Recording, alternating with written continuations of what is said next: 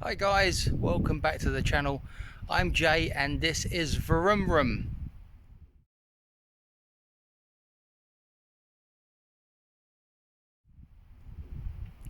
Very excited, new project on the go, and I now own the fastest bike in the world.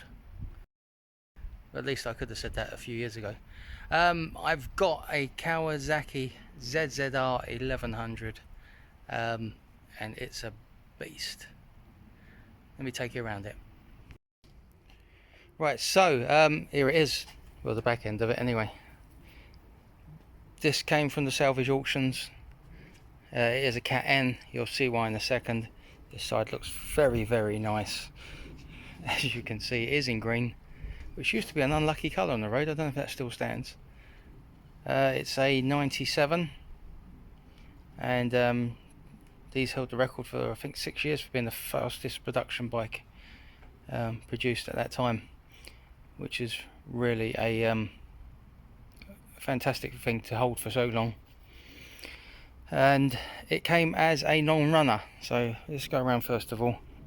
I'll take you around bits I need to finish and do while we're doing this. On the back, cowling needs to be reset, stitched underneath, and the indicator put back in. The rest of this side is actually quite nice. Apart from the exhaust, so I'm going to change the exhaust. They're not expensive, but they've got damage on both sides of them. Paint down the front needs a paint correction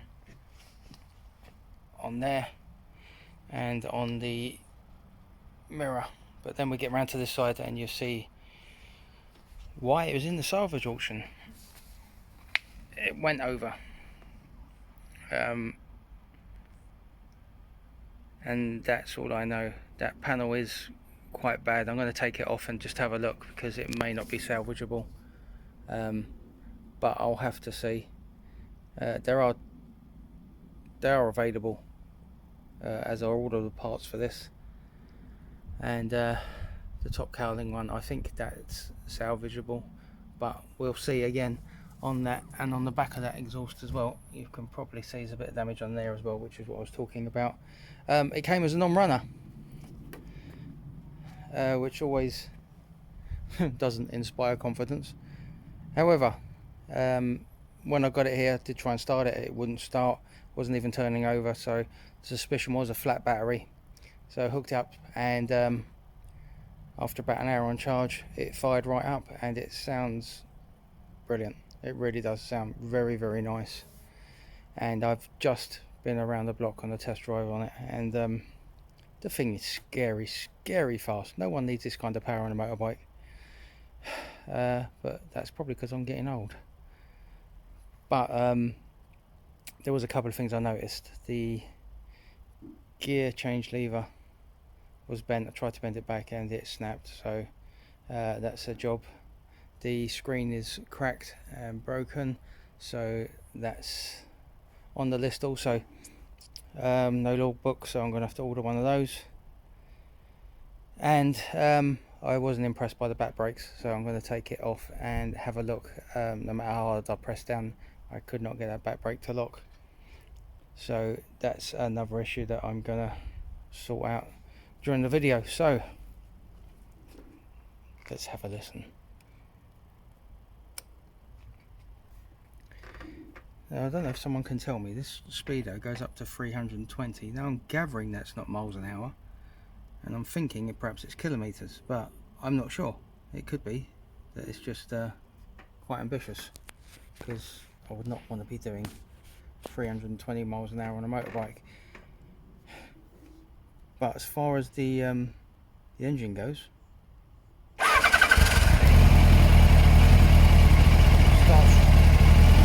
starts right up.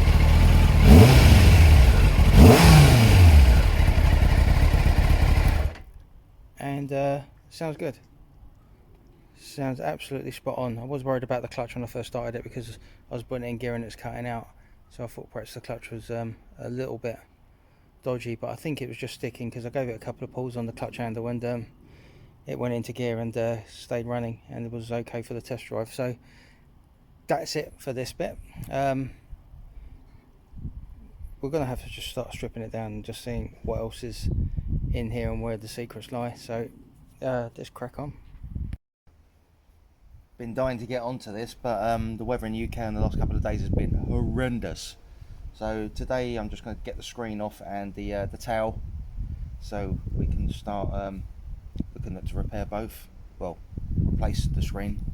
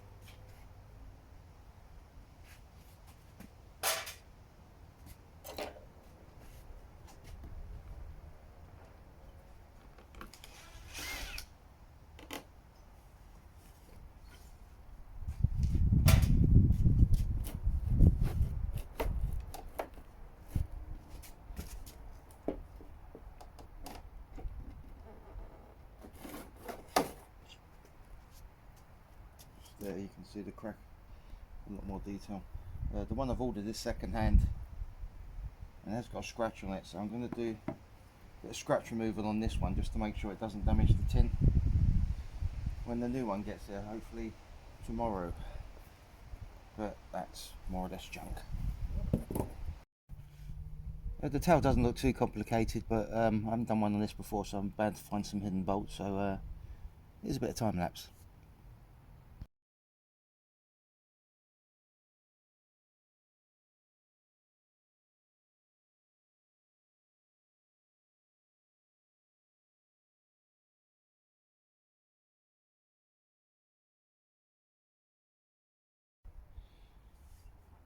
Well, that actually was really easy, really easy, and you can see the brake there is underneath.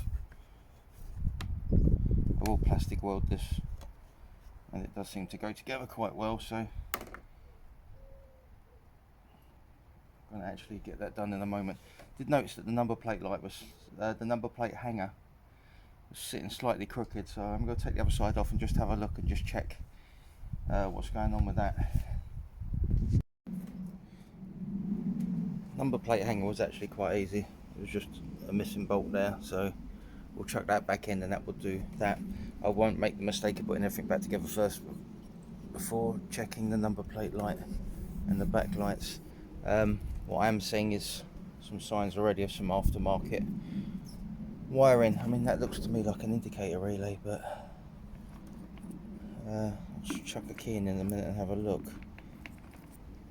There is another wire coming off of this, but it doesn't seem to have a home.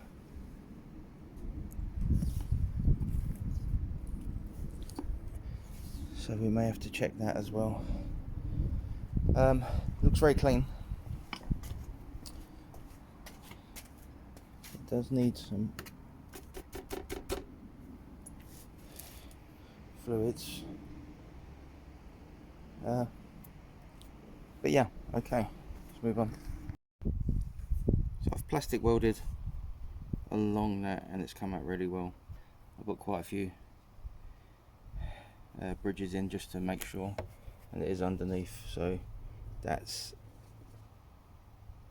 done now, and this is in the part that won't be seen, that crack. It's right underneath the bike, so all I've got to do is cut the tails off of that, and then it's ready to go back on. The relay I found earlier was the indicator relay. It's working fine. I have noticed the back number plate bulb is blown, the front indicator bulb is blown, and the side light and the headlights blown, so a couple of little ones to order, but nothing major there. Right, so I put the back section back on the, like I mentioned, the number plate light's blown, so there's no good buttoning it up too much because you've got to take the tail off to get to the bulb. But it's gone back really well. Lights in, fixed, and it looks good. So I've got a plane going overhead. It's a Spitfire. So today the only other job I've got is I'm going to take the side panel off and just inspect it a little bit more from the back, just to see how much the accident actually took off of it. This is quite simple. There's only a couple of Allen bolts at the top and a couple down the bottom, but this is looking quite nasty, so I'm not at all sure that we'll be able to save this, and whether just buying another one that's going to be the easier option, but we'll know in a couple of minutes.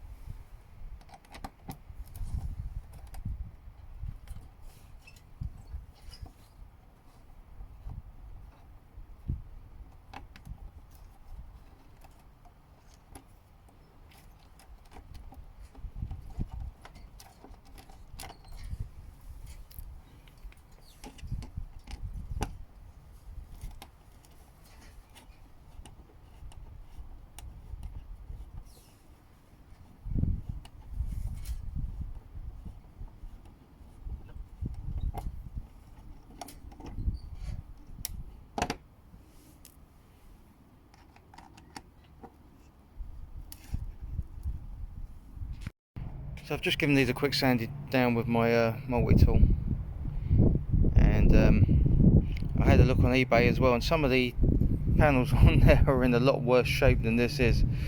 So what I'm going to do is try and save it. I'm going to reinforce those two sections with some fiberglass from behind, and then I'm going to skim over the top and just see how that comes out. I will tell the new owner what's been done, or he can watch the videos, but this colour is proving to be difficult to find out what it is. It is a metallic, it is a dark green. It's a 1997 ZZR. If you do know the colour, please message me, because I've done a bit of research and I can't find it, and I've read that the Kawasaki's are notorious for not putting paint codes anywhere, keeping them to themselves. So yeah, that's where we are. Next we're going to get the nose cone off. Involves taking the mirrors off. I've taken one off this side. That side's just two 10mm bolts. We're loose on this side already. We'll just do the same on the others, just a couple of bolts. And looks like a simple process for this.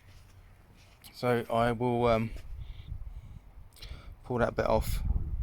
I've noticed a bit of overspray on the mirror, so I'm wondering if it's been sprayed at some point in the past. I don't think it has, but I'm still checking the forums looking for the actual paint code. If I can't find it, I do have a local shop that's got the equipment to check the paint by using a laser and knocking me up some paint, so we'll see what happens. But for now I just need a screwdriver. No I don't, I need an Allen key. Hoping now that all of the bolts have been removed on both sides, the mirrors are off.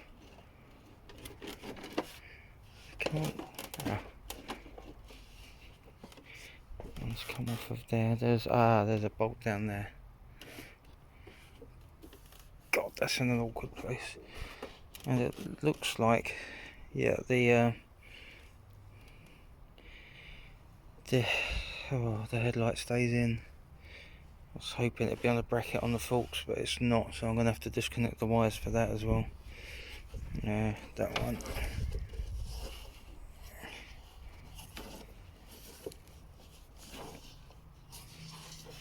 Can't actually feel the side light in it. We have to have a look. Alright, so I'm just going to whip that one off, those ones out, and then hopefully that's it. So with the nose cone on, I've been able to do a bit of digging, and if I just take over here to the nose cone first of all, there was a crack down the bottom, so I've now plastic welded that, and that's come out fine. Now I looked underneath and I found, and you can see it's just there, where my finger is for the side light, which normally would go great, no problem there, except for I couldn't find it within the wiring. So with the wiring out, I've actually found what I think must be the side light connector, even though the other half of it's not on the bike, and it doesn't look like it's been used in a long time. So I'm going to have to get my voltmeter out and have a look at that and just make sure that's working. But what is curious is both of the indicators have been added in at some point, so I'm wondering if this bike's had a tumble before and it's pulled the front nose cone off with the indicators. I can't see any other reason why you'd want to do this again. This indicator isn't working. I've swapped the bulbs over and the bulbs are fine, so I'm going to have to chase that back as well and find out why that's not working. So a couple of bits to do on here, and it does kind of support the fact that the paint is really baffling. But when I look at the other side panel I took off with the stickers on, which is this one, you can see this here, it's just not very well got on. I know it's the age of it, it could just be the age, but these stickers been put on before because the bike's been resprayed. Don't know. So checking on the wires from the front indicator, I stripped it back a little bit more, and as you can see here, it's been spliced at that point. I checked the side light and that is working, so I've ordered a side light bulb holder for that. It is the earth side on the holder that's not working, which is the yellow and black wire which is going into that, so I suspect it's just a bad earth in there, a bad connection. Whatever it is, we'll solder it up, and we'll put a bit of heat shrink on it and do it properly, because that's just, well, yeah, I've done it before in the past, so I can't say too much about it, but I'd like to think I'm a little bit better than that now, so we'll give it a go and make it right. So I was just doing a few checks, and I on the holder I just gave the negative a tug and it just came straight out, and if you look at the end of it, it's corroded, very badly corroded, so hopefully I think we may have found the source of our problem. So let's get the soldering iron out. So last night the filler turned up that I needed, so I've given the side panel a coat, been quite generous with it, and I'm just pulling it back now with the multi-tool and a pad on it. It's actually coming off alright. Got rid of the scratches, so I've just located the paint shop I want to use, so I'm going to pop down there in a minute and have a look. The hard part is actually going to be the nose cone because of the curve. So again, I was very generous on this with the filler, because I'll take it back anyway, but that's quite a curve, so to get that right is going to take a little bit of work. So I'm not overly phased by it at the moment. I probably will be when I start sanding it. So I'm going to keep sanding and see how far we get.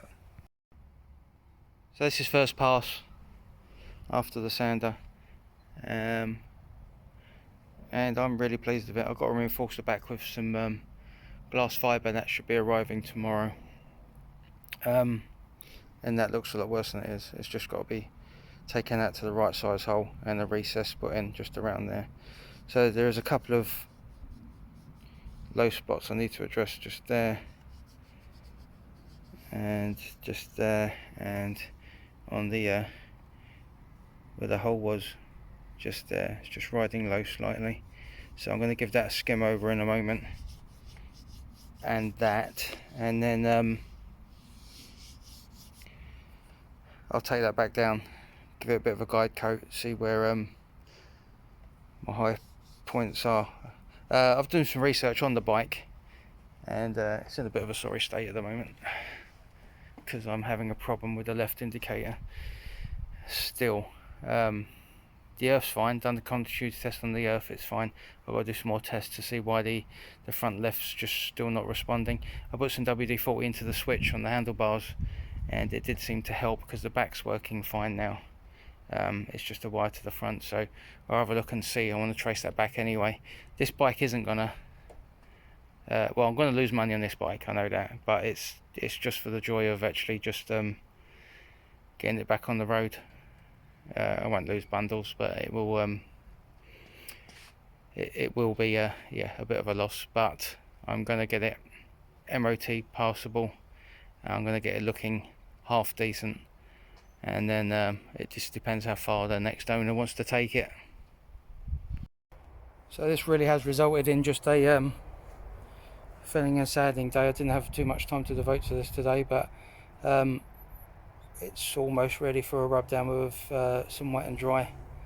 And I've got the paint which I got from the local paint shop, and it's a citron based paint, but I saw the swatch of it and it is nearly perfect. So we'll do the whole of that panel, and we'll do the whole of this side of the panel. Excuse my shed door.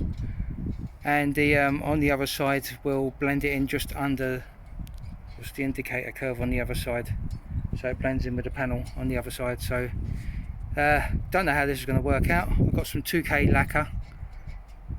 Hopefully that will really help, because what I've seen on online has been rave reviews about it, so we'll see how that goes.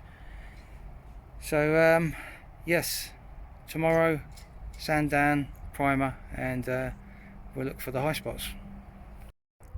So that's it for part one of the rebuild of the Kawasaki ZZR1100. If you have liked the video, please like, share, subscribe, tell all your friends, your neighbours, your granny, your dog, whoever will listen, get them to subscribe. I'd much appreciate it. And I'll see you for part two of this video very shortly. Take care, guys.